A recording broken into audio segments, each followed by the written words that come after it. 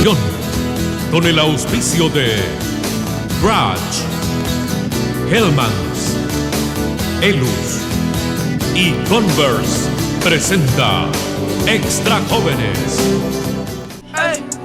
Quieren saber por qué hay corrupción, senadores ganando más que un profesor. Quieren saber por qué hay delincuencia, el Paco opresor no le tiene paciencia. La gente morena, la despoblación, los niños que no tienen pa' colación.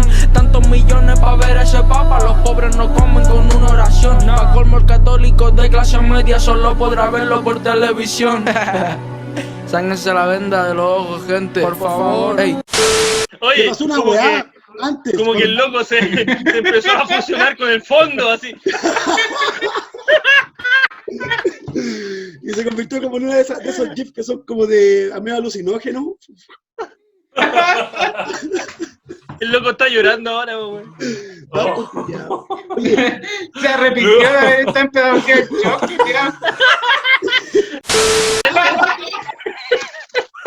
Oye. Partimos entonces este nuevo programa, octavo programa ya de pedagogía del shock, hablando sobre temas de educación y actualidad, transmitiendo personalmente desde Tocopilla, donde está usted, amigo Montenegro.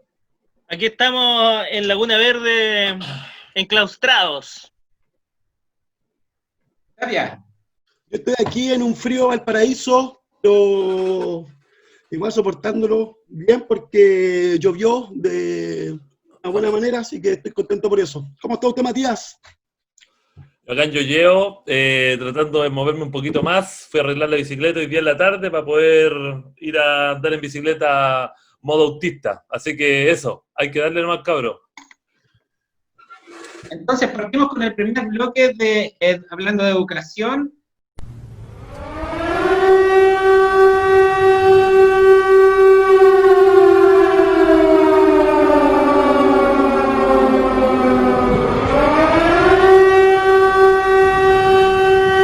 Y la noticia del día fue que a mediodía se realizó una sesión en el Congreso, donde en la discusión que estaba presente Mario Aguilar, el ministro de Educación, se resuelve por suspender el CIMSE y la evaluación docente que se había ya fijado para este año.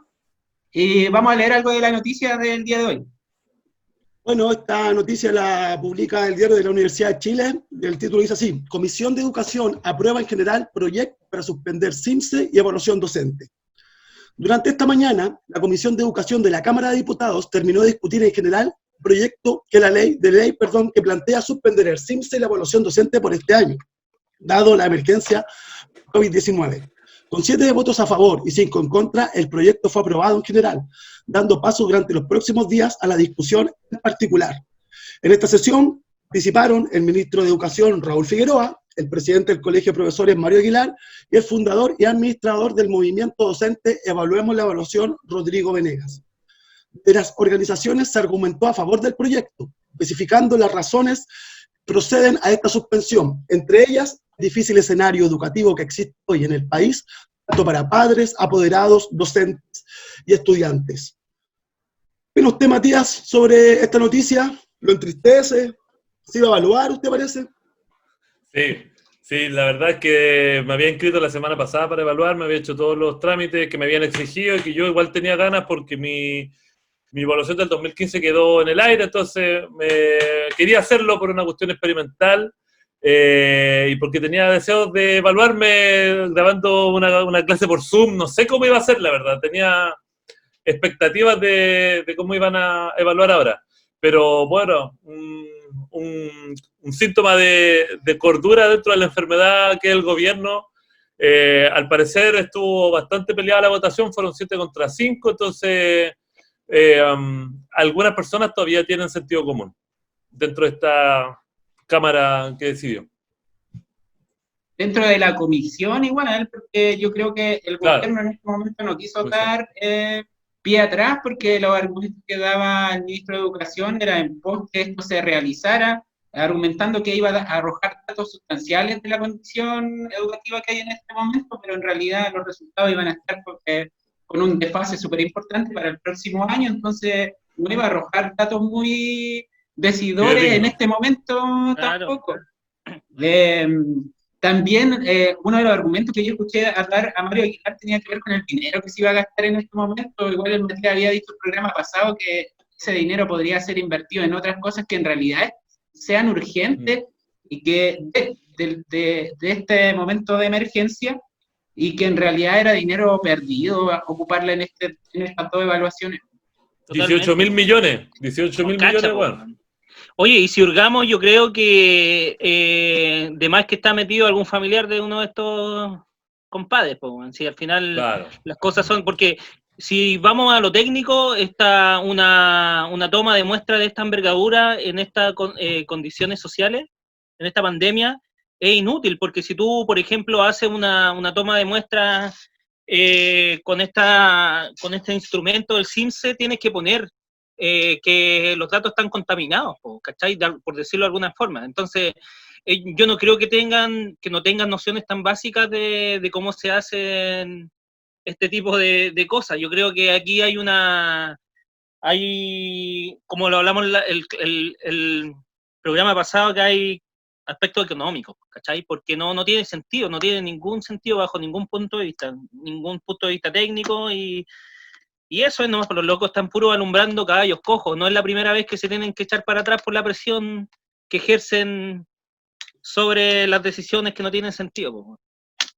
La verdad, pensaba que esta evaluación no iba a ser una evaluación experimental, sino que iba a ser una modificación de la evaluación que ya existe, porque no se iba a perder el rumbo de lo que ya está establecido. Con respecto a lo que tú decías ahí, Matías, como que al fin y al cabo como que lo experimental, como que lo ponemos nosotros los profes dentro de nuestra práctica individual. Porque también estamos en un momento en que estamos todos experimentando para sustentar, no sé, una educación que sea efectiva. Ante este contexto es imposible generar una evaluación de un marco de la buena enseñanza estandarizado. ¿Cómo se puede aplicar ahora? Por lo tanto, esta evaluación, para las personas que lo querían dar, porque solamente, o sea, esta es mi opinión, solamente como que iba a ser una evaluación administrativa. En otras palabras, porque tal vez pudo haber servido a nosotros los profesores como un pequeño diplomado para aprender a hacer portafolios. Claro. Y como si hacíamos un buen portafolio ahora, porque no iba a Pura resultar burocracia. en las próximas cosas que tenemos que, o sea, próximas acciones que tenemos para evaluarnos. Pero eso también es feo, porque eso no demuestra una práctica pedagógica, sino que demuestra una práctica escritural. Sí. Nada más. Entonces, como Oye, que, claro, pudo haber servido, porque podría haber aumentado las lucas, y en ese sentido es súper buena la... Claro, por una cosa económica, y si es de llenar papeles, es bueno, pero que algo que demuestre lo que se está representando en el aula o el nivel de profesor que es una persona, como que no lo va a hacer. Sí, igual... En este momento que... Disculpa. En este momento que la educación es contingente, yo creo que la mayoría de los profesores que iba a dedicarse a su portafolio necesariamente iba a tener que dejar un poquito de lado el resolver el problema de comunicación con los estudiantes en este momento, y se iba a abocar a eso, porque en el fondo le iba a repercutir en el sueldo. Lo estábamos hablando igual con Tapia en algún momento de eso. Era estratégico dar la hora, Pero y sigamos leyendo la noticia. Dale. La segunda parte. Que ahora viene la segunda parte, aquí como que viene el lado oscuro. Tanto, el ministro de Educación, Raúl Figueroa, reiteró la postura del gobierno de llevar a cabo de todas formas el CIMSE de forma diagnóstica y la evaluación docente también, ya que según explicó, quienes no puedan rendirla así deben comunicarlo, dando a conocer sus casos particulares para la suspensión. Como hay una pandemia. Además, respecto de los cuestionamientos sobre si esta decisión habría un interés económico, el ministro Figueroa señaló que esos contratos se pueden obviamente revisar y las razones que vive el país permiten esa revisión. Acá no hay teorías conspirativas de que todo se hace para asegurar el interés de alguna persona que no sabemos dónde está. Eso no tiene mucho fundamento. Claro, oye, ahora lo que dice en esta misma nota Belolio, me sorprende la lucidez, como que el weón sabe que si ahora hay una evaluación, las diferencias entre la gente con más recursos y menos recursos se va a ir a la cresta. O sea, ahora la gente con computador y que más encima tenga que dar una evaluación, se van a notar las contradicciones del sistema en el que vivimos así a cagar. Entonces tampoco les conviene desde una perspectiva funcional, ¿cachai? Porque se van a acentuar demasiado la desigualdad, que ya es un hecho.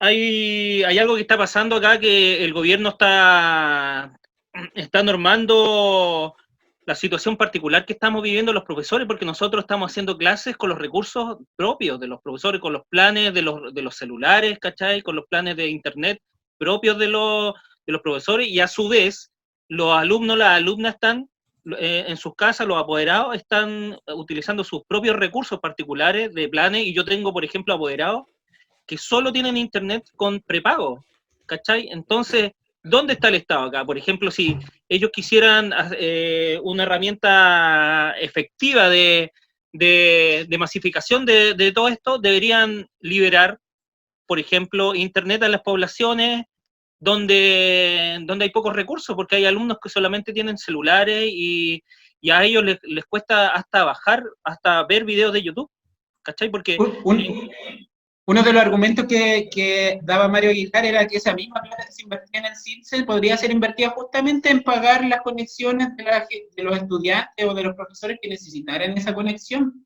y facilitar así el trabajo pedagógico en vez de hacer esta prueba que no iba a arrojar ningún resultado eficiente, la verdad. Hay profesores que han pagado Zoom, ¿cachai? La adhesión, que no es tanto, ¿cachai? Es como 15.000 pesos una adhesión básica, que la podría pagar cualquier institución. Pero aquí claro, se está dejando que nosotros nos rasquemos con nuestras propias uñas, ¿cachai? Sí. Ahora, piensa en lo último, como para cerrar. ¿Cuál es la posición que se va a adoptar con la PSU? Ahí sí que va a quedar la cola, hermano. Hace poco, sí. El mercado del universitario virtual se va a disparar y, weón, y ahí les va a desarmar todo el discurso. O sea, si no funciona el SIMS en la PSU, ¿qué? Va a haber o tal vez es el contexto específico, no existiría otro para que muera la PSU. Sí, pues. Claro. Se busca una nueva fórmula para poder postular a la universidad. En el momento. Total, es sí. que claro, puede ser una limitación o una posibilidad, como lo estamos juzgando.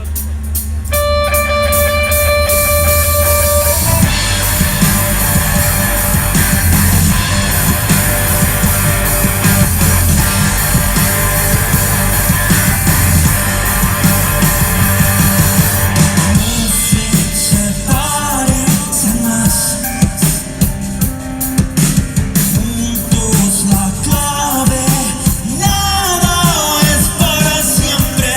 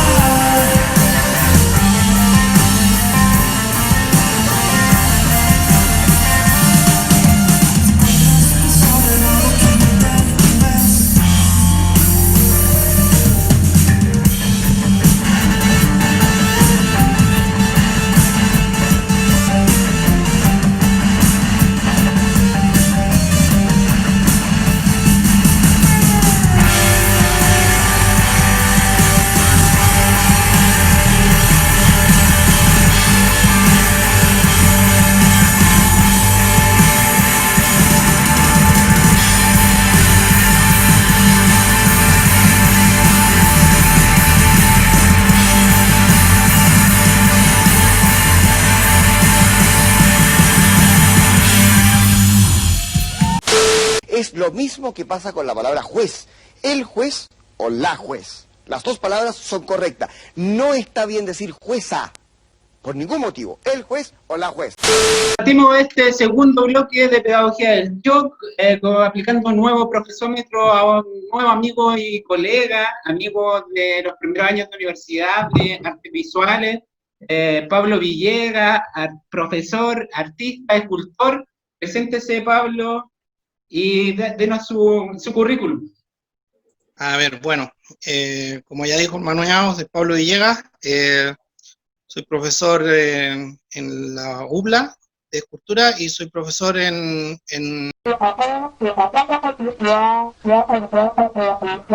llevo 10 años en la UBLA 5. Ahora no estoy trabajando en la UBLA porque por el coronavirus no puedo hacer clases. No puedo hacer clases de escultura online, pero en la escuela sí. Llevo ya 10 años de escultor y 10 años de profesor, porque partí más o menos al mismo tiempo.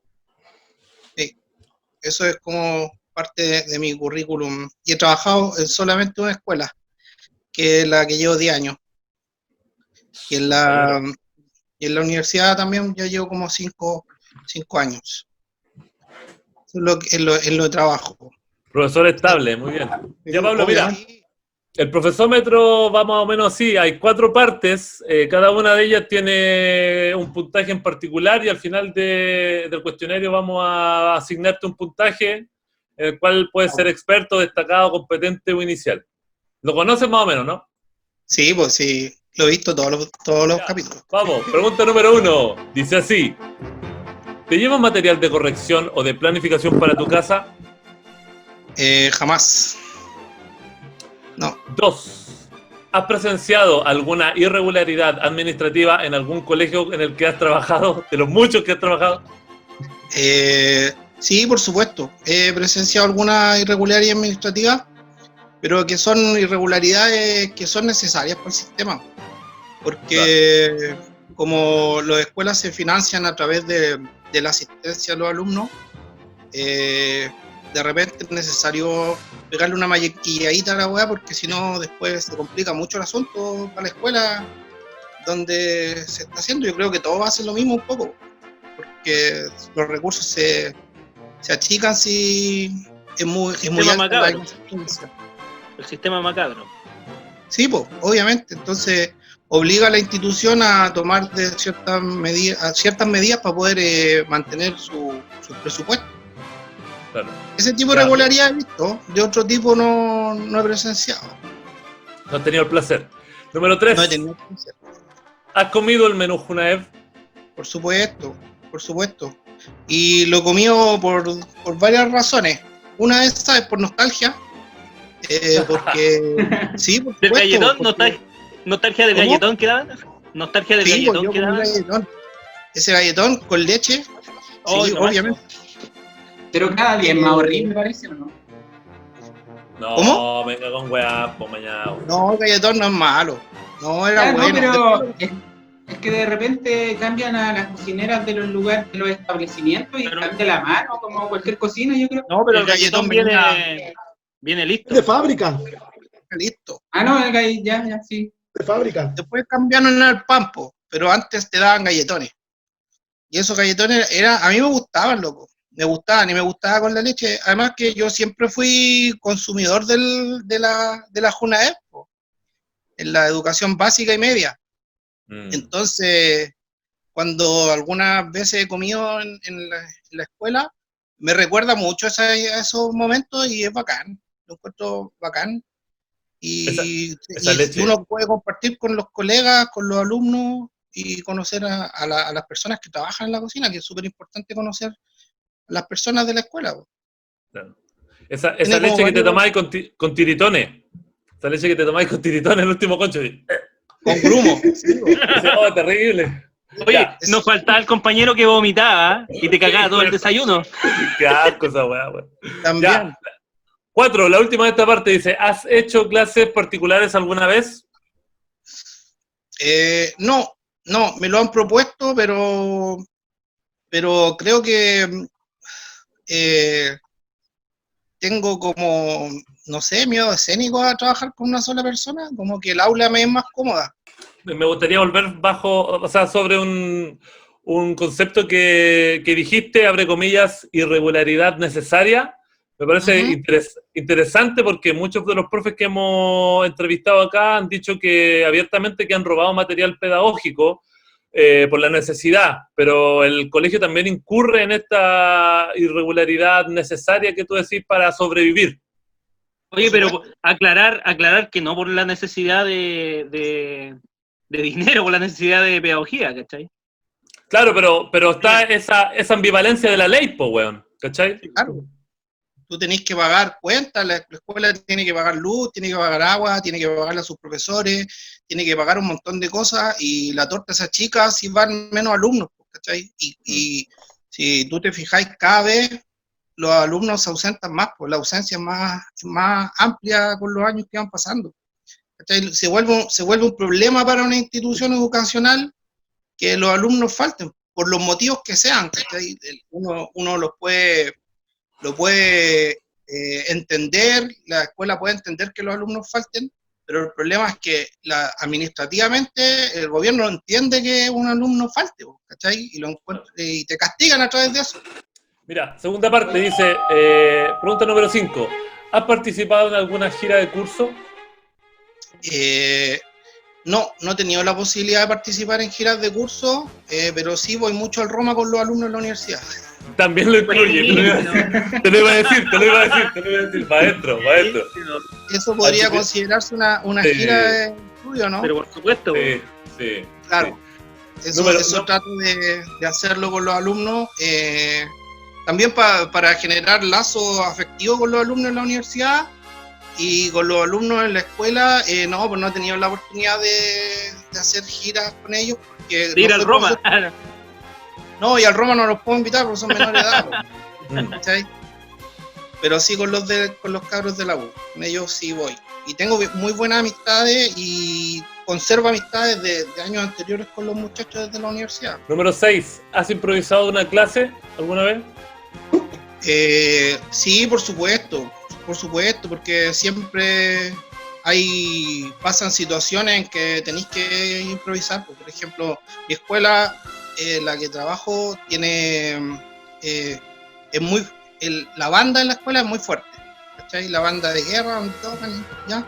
Entonces, cuando vienen fechas cercanas al 21 de mayo y todas esas cosas, aunque la escuela desfila, se vuelve un pandemonio en la escuela, po. O sea, todo gira alrededor de la banda. Entonces, en cualquier momento te sacan a la mitad del curso, o te cortan una clase a la mitad, ¿cachai? Entonces tenés que improvisar ciertas cosas cuando te quedáis con pocos alumnos y tenéis programado algo en grupo.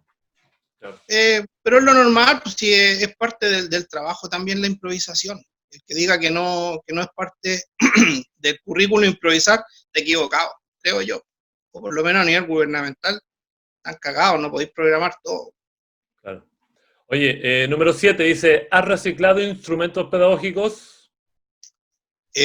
Sí, por supuesto, porque todo profesor se hace una batería de materiales que va utilizando, igual uno los revisa año a año, pero se van reciclando.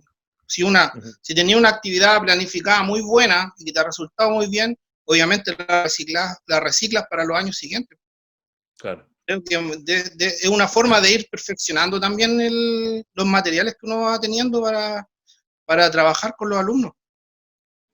Oye, número 8, en relación a lo mismo, ¿has cambiado fechas de planificaciones anuales?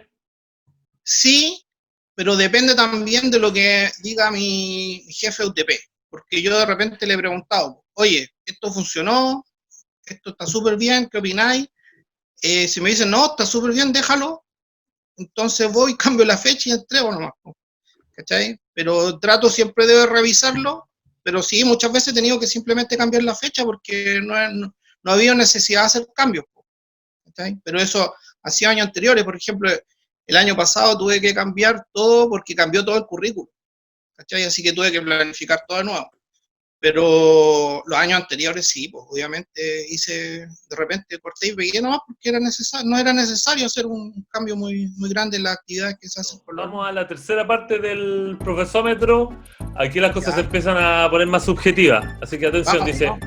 Vamos. Número 9. ¿Conocen la historia de vida de algún paradocente?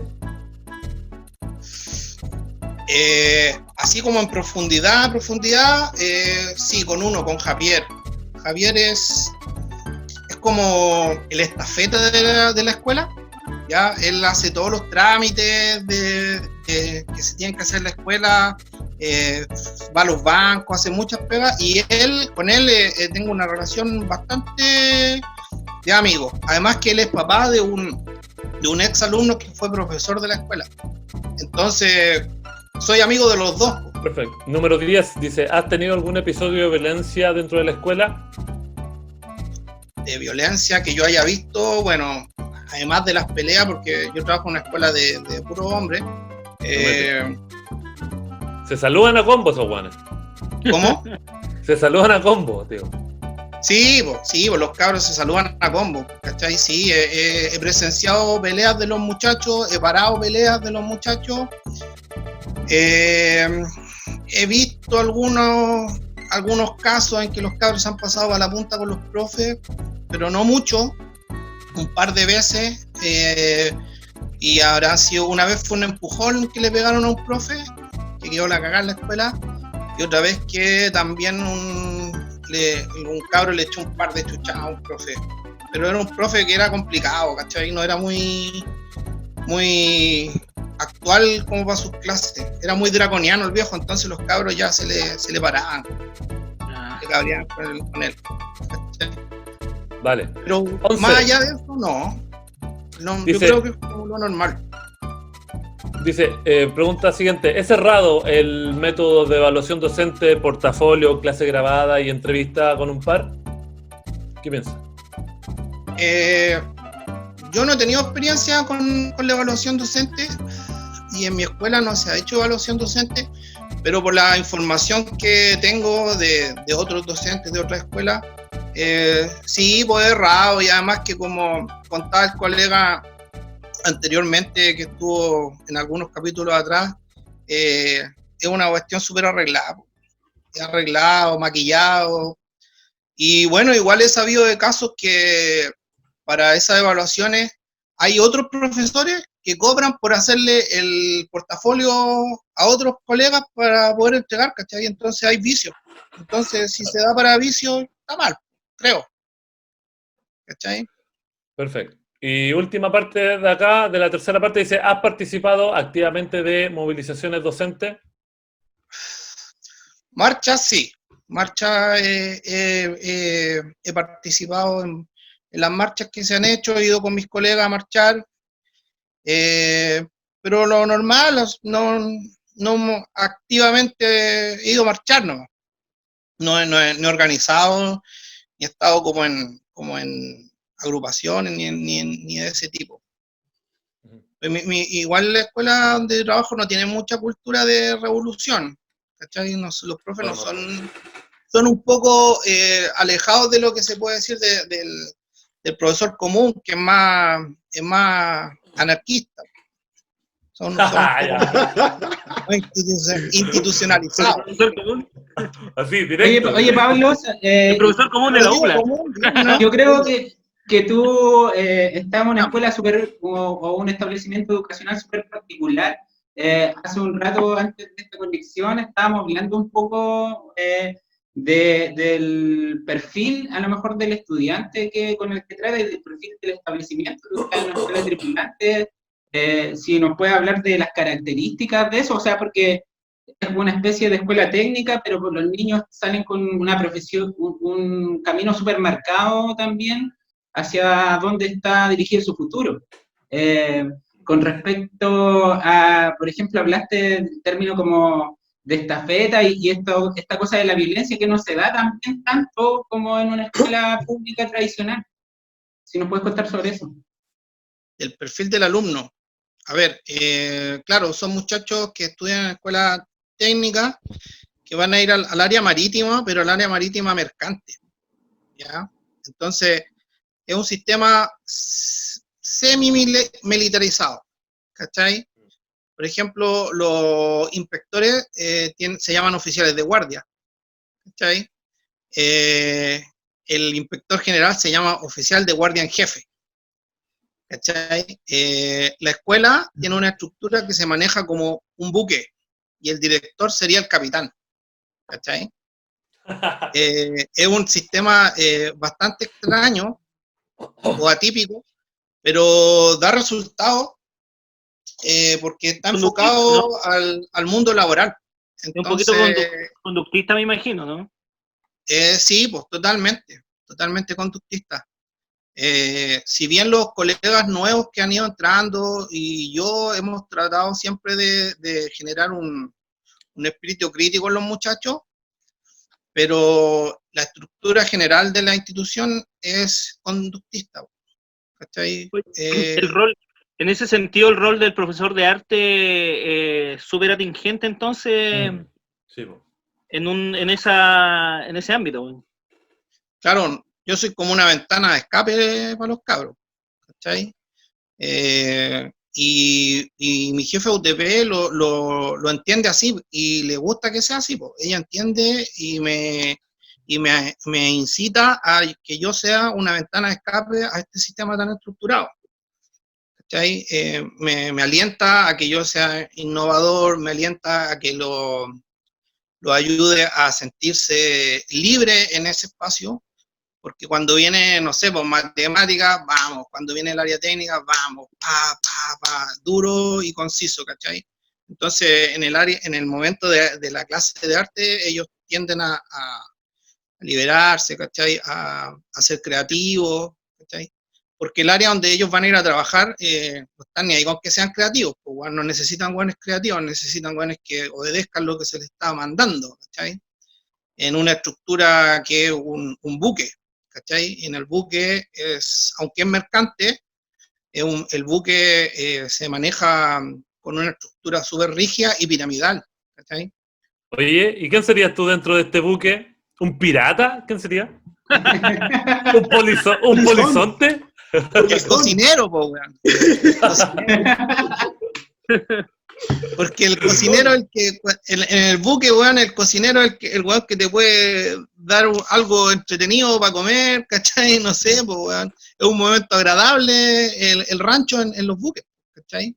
Que Pablo, y una cosa que es como una característica tuya, que yo te conozco hace caleta, y como que algo que hemos hablado también con los chiquillos acá, como que es como el espacio que le das al humor en tu rol de profesor. Importante. O sea, cuando los muchachos manejan el humor dentro incluso de los trabajos, por ejemplo, yo tengo el currículum este año es súper como enfocado al área social, ¿cachai? Por ejemplo, tengo una parte del currículum que se llama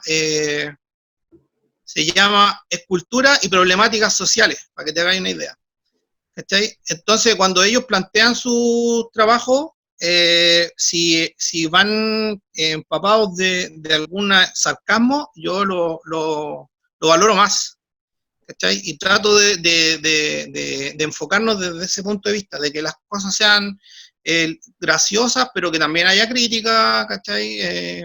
Trato de que se empape un poco de eso, de la ironía también. La ironía es importante, porque en la ironía se esconde mucha verdad. Con la última parte del profesómetro, en esta parte nos metemos en lo más personal de ti, nos metemos a tu cama, nos metemos en tu consumo, nos metemos a todo. Dice sí. Número 13, dice, ¿te has adueñado de algún material didáctico del colegio? Adueñarme, sí, yo creo que tengo como un pequeño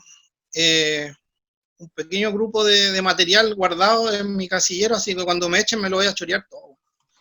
Está ahí guardado. Siguiente dice... Sí, yo lo tengo guardado. No me lo voy a chorear trabajando, pero si me echan, a la casa. Que no se note. Número 14 dice, ¿has inventado notas para evaluar? Inventar notas, Sí, porque hay cabros que de repente, no sé, po, yo he visto cabros que tienen harto futuro más en la vida, se les nota que los weones tienen mucho potencial, ¿cachai? Entonces, y hay cabros que, puta, no sé, pues les falta la décima, pero los weones rebotan potencial por todas partes, regalado nomás, pues, weón. Ahí tenés tu 4 y sigue tu camino y sé feliz. Ya, Sí. número 15. Dice, ¿estás involucrado sexual o afectivamente con alguna persona de la comunidad educativa? Puedes confesar tu homosexualidad, no hay problema, si es que lo eres. Si no, con alguna profesora. No soy homosexual, Primero. soy hetero, pero no, en la escuela no, porque yo entré con pareja a la escuela y es la misma pareja que he tenido durante todos estos años, entonces no he tenido esa instancia. No.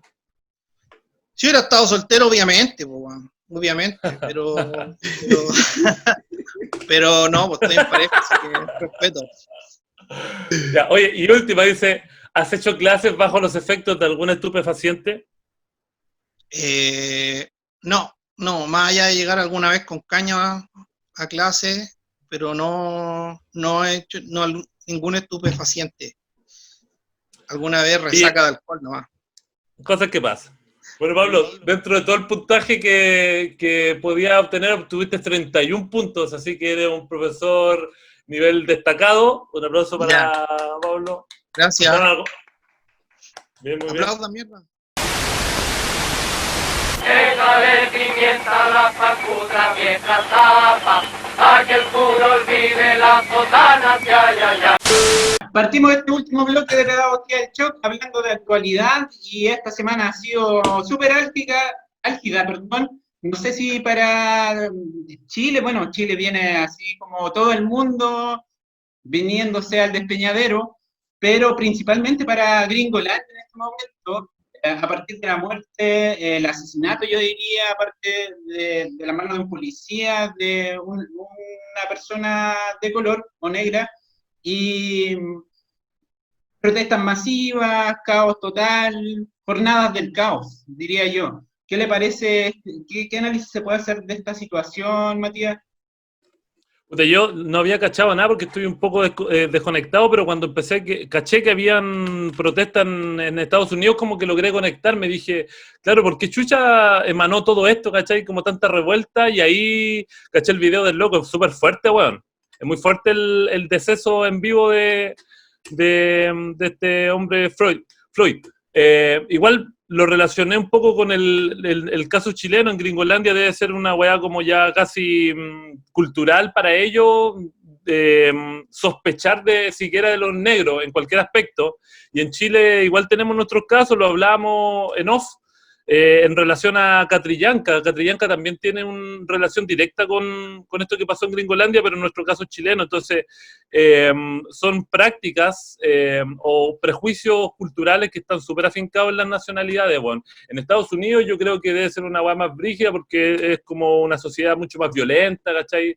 Donde todos los hueones, si tienen algún problema, lo solucionan directamente, pero creo que está cojeando el sueño americano. Creo que es parte también de eso. Sí. Yo recuerdo, bueno, esto, como dice Matías, está arraigado la discriminación en la cultura gringa. Yo recuerdo, por ejemplo, a Miles Davis, que después de dar un ídolo en el jazz, ¿cachai?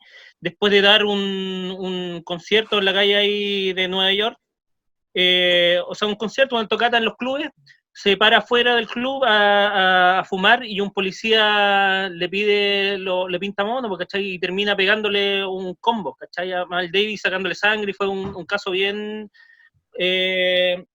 sorprendente en esos tiempos. Un ídolo como Miles Davis, que es un policía que no tiene ninguna cultura, lo agarra a combo. Y digamos, como dice Matías, esto tiene mucha similitud con lo que pasa acá en Chile y desde sus inicios, desde los inicios de Estados Unidos, desde que la abolición de la esclavitud, bueno, después llega que nunca hubo una reforma agraria, entonces las tierras que ellos trabajaban como esclavos, después siguió otro tipo de esclavitud que ellos les pagaban a los latifundistas impuestos tan severos como el 50% de lo que producían, se lo tenían que pasar al patrón, po. Entonces se fue forjando una fortuna en la gente blanca que hasta el momento, hasta el día de hoy, los descendientes, los nietos, los bisnietos, todos, como lo que pasó acá, fueron quedando y amasando fortuna, y hasta el día de hoy, por ejemplo, versus lo que gana un blanco con las mismas capacidades, el mismo estudio, es como un 70% menos de lo que gana una persona afroamericana, ¿cachai? Entonces las desigualdades están muy arraigadas, lo que pasa acá en Chile también, pues. Exactamente de la misma forma, los latifundistas se pasan el poder, y el poder político, el poder económico. Yo pienso respecto a como esta semana tan noticiosa, como muchos hechos contingentes que probablemente va a tener una repercusión dentro de nuestra forma de sociedad, es que creo que el 2020 se está constituyendo como una de las mejores novelas de ciencia ficción, de verdad, porque lo tiene absolutamente todo. Fíjense, estamos en medio de una pandemia, ¿ya? En la que no podemos salir, en la que estamos confinados. Aún en el 2020 siguen existiendo como casos raciales, y eso también, como lo decía Matías, tiene que ver como con un arraigo cultural que yo creo que se da sobre todo como en Norteamérica, y sobre todo como en los estados del sur, fue donde como la esclavitud se vivió de una forma muy brutal, como yo lo decía anteriormente, como se deshumanizó tanto como a un humano, como que tratar de volver a humanizarlo es como difícil, porque todavía existen como personas que tienen odio con respecto a otras por tener color negro. Entonces como que pienso como que ese tipo de cosas qué bueno que surjan ese tipo de expresiones sociales, qué bueno que haya sucedido eso, sobre todo en Estados Unidos. Yo pensaba en algún momento, como con respecto al estallido social del 2018, si el foco, que el lugar donde emanó la protesta, siempre yo pensaba que tenía que ser Santiago, la gran ciudad, y de ahí se tenía que reclamar a las otras ciudades, de ahí las otras ciudades se iban a infectar. Después estaba pensando que como estamos en una aldea global, porque la revuelta tiene que empezar por Estados Unidos, para que después se empiece a derramar como en los otros países, como que pensaba eso, porque igual sucedieron cosas importantes dentro de esa revuelta. Entraron a la Casa Blanca, por unos momentos se escondió en un búnker, las luces de la Casa Blanca se cortaron y no lo hacían desde 1889 o algo así. Entonces, como que igual sucedieron hechos que yo creo que van a quedar impugnados en la retina de la historia. Otra cosa con respecto a este año 2020, no sé si ustedes lo notaron, pero que hace unos días atrás fue como trending en Twitter, yo no lo he confirmado, como que habían como hackeado y habían entregado como las claves de tarjetas de Donald Trump, de Bolsonaro y de Piñera, y como que la gente las empezó a ocupar, y se empezaron como a comprar cosas, y como que en algún momento Falabella le aceptó la compra, y había una persona que se compró un departamento. Entonces, como yo pensaba ese hecho, con respecto a todo lo que está pasando en el 2020, decía, claro, pues, con respecto a ese hecho de que en Chile, como que justo era como un día a las 4 de la mañana que se había hecho, y las personas que estaban a las 4 de la mañana como que les resultó, y pudieron comprar muchas cosas. Entonces yo pensaba, claro, pues, esta es la caída del neoliberalismo, y la caída del neoliberalismo tiene que ser en Chile, pues, de partió así en el nivel como experimental, ahí es donde tiene que flaquear, pues me imaginaba como la gran caída del sistema neoliberal, como hackearle a los locos muy millonarios. Imagínate que con una tarjeta te podéis comprar un departamento, el nivel de plata que tiene Donald Trump o Piñera. Yo quería como volver un poco a una frase que acuñó Tapia en los primeros programas de Pedagogía del Shock, que tiene que ver con la moral neoliberal. Yo creo que la moral neoliberal que nace como entre Chile, en el experimento hipercapitalista, o sea, en Gringolandia, el experimento hipercapitalista que fue Chile, ha permeado a toda Latinoamérica también. Esta cosa del racismo no es una cosa solamente que pasa en Gringolandia, pasa en Argentina. Hace poco también hubo en televisión abierta un periodista que le decía a una panelista, decía, ¿usted es migrante? Y ella le decía, no, pues yo soy argentina, yo soy coya. Entonces como que, y los argentinos, ya aquí llegaron inmigrantes europeos, o sea, los argentinos la gente que habitó este territorio es pueblos originarios, son pueblos indígenas, y llegamos al tema de los mapuches, llegamos al tema de subcomandante Marco y toda Latinoamérica, a lo que se dedicó Rulfo después a investigar profundamente el tema del indigenismo latinoamericano. Yo creo que esa moral neoliberal de raza suprematista, que yo creo que nunca dejó de existir, está cayendo. Y eso como que me produce mucha alegría, porque la verdad es que en algún momento yo pensaba, y lo he conversado igual en particular con usted, es que en algún momento era más fácil imaginar el fin del mundo que el fin del capitalismo, y yo creo que estas cosas hacen pensar que en realidad el capitalismo está cayendo mucho antes. Bueno, todos los procesos son súper largos, pero creo que se está cuestionando hitos fundamentales de cómo se constituye el imaginario colonial de la moral neoliberal. Claro, oye, ahí volviendo a términos en relación a lo del blanqueamiento americano o gringo, me da la impresión de que, como dice Montenegro, la desigualdad es estructural. Ante eso, lo único que nos queda como modificar es la cultura, ¿cachai? Por una parte, igual siento que los propios gente discriminada, los negros, ¿cierto? La gente inmigrante, que deberían ser llamados inmigrados, ¿cierto? No saca nada como con considerar el concepto de la tolerancia. Lo hablábamos con Mañado. La tolerancia también indica que algo que tú pensáis que es intolerante tiene que ser intolerado, y el color de piel no es una creencia. Es algo biológico, es algo que está determinado genéticamente, y por lo tanto cuando hablamos de tolerar a los negros, está súper mal usado, y te implica meterte en un mundo mental paralelo donde los negros tienen que ver con la tolerancia y no con la aceptación del otro nomás, ¿cachai? Este proceso de realidad medio ciencia ficción del que hacía notar Tapia, también ha cuestionado las raíces de nuestra realidad constitutiva, y por eso también de repente justamente ese tema que estábamos hablando con el Matías, estos temas conspiranoicos que han nacido a partir de este caos de realidad que de repente nos hemos bombardeado. Yo creo que muchas veces la conspiranoia lo único que hace es entregarle más poder al poder, y yo no estoy de acuerdo con eso, porque en realidad aquí se está dando una situación de crisis total, donde en realidad se pueden dar ambos casos de que en realidad, claro, este poder absoluto, unilateral, pueda ganar por sobre algo, pero también se están dando los cuestionamientos. Entonces como que yo creo que ahí va el aporte de cada uno desde su propio ámbito particular, para que en realidad lo que prime sea la rehumanización por sobre cualquier otra cosa. Entonces volvemos para nuestras recomendaciones de cuarentena. ¿Quién está listo ahí para su recomendación? La vamos a hacer cortita. Montenegro. Ya, quiero recomendar un cómic super adolescente y que yo consumía cuando iba a la industrial, 15 años, Masacrar su captura con DNA al cuadrado, una historia súper simple, pero muy entretenida, bien masculina, sí, es como que se la recomiendo a los adolescentes masculinos.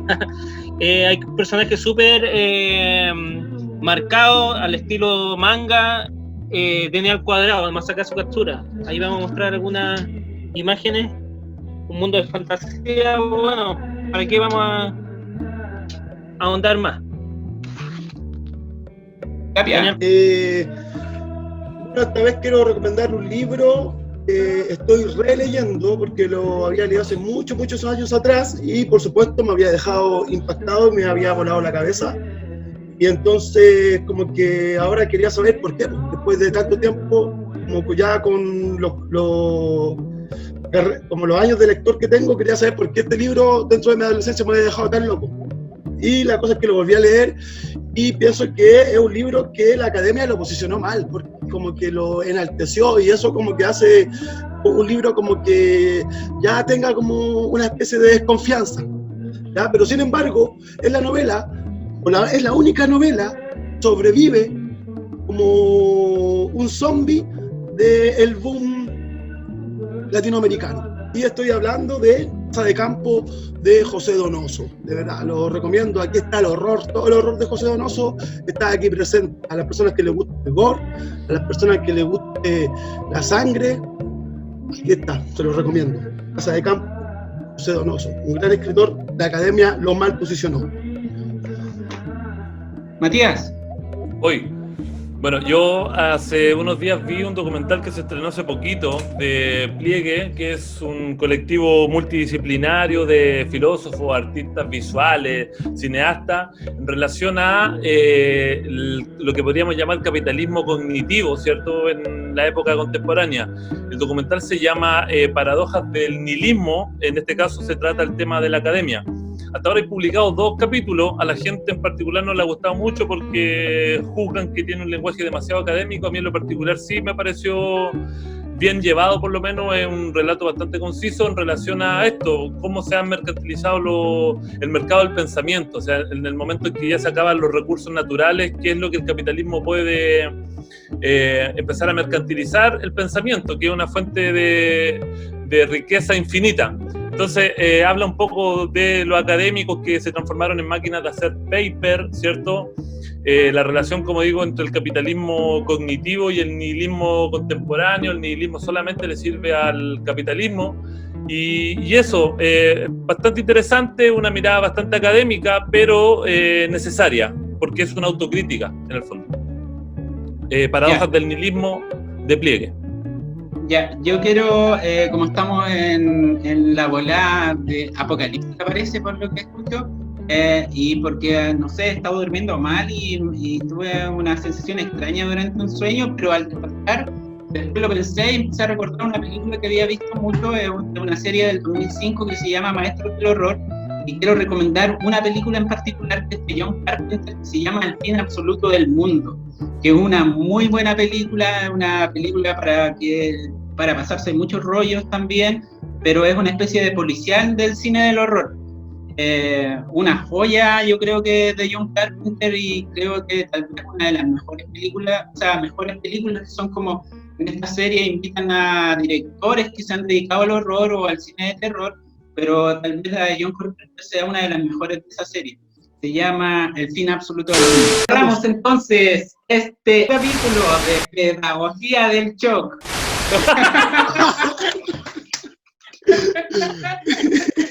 Oh, conchetumá. No, disculpa, Pablo, disculpa, yo no lo decía con ganas de burlarme de ti. Escúchame, solamente lo decía porque me pareció muy particular que Montenegro no te conociera por otro nombre que no fuera eso. A mí ahora, pues, si yo lo conozco por Pablo, si yo lo conozco por Pablo, pero pensé que era otro Pablo, no sé. Ya, pero yo dije, Pablo, al tiro se me vino el Pablo escultor, ¿sí?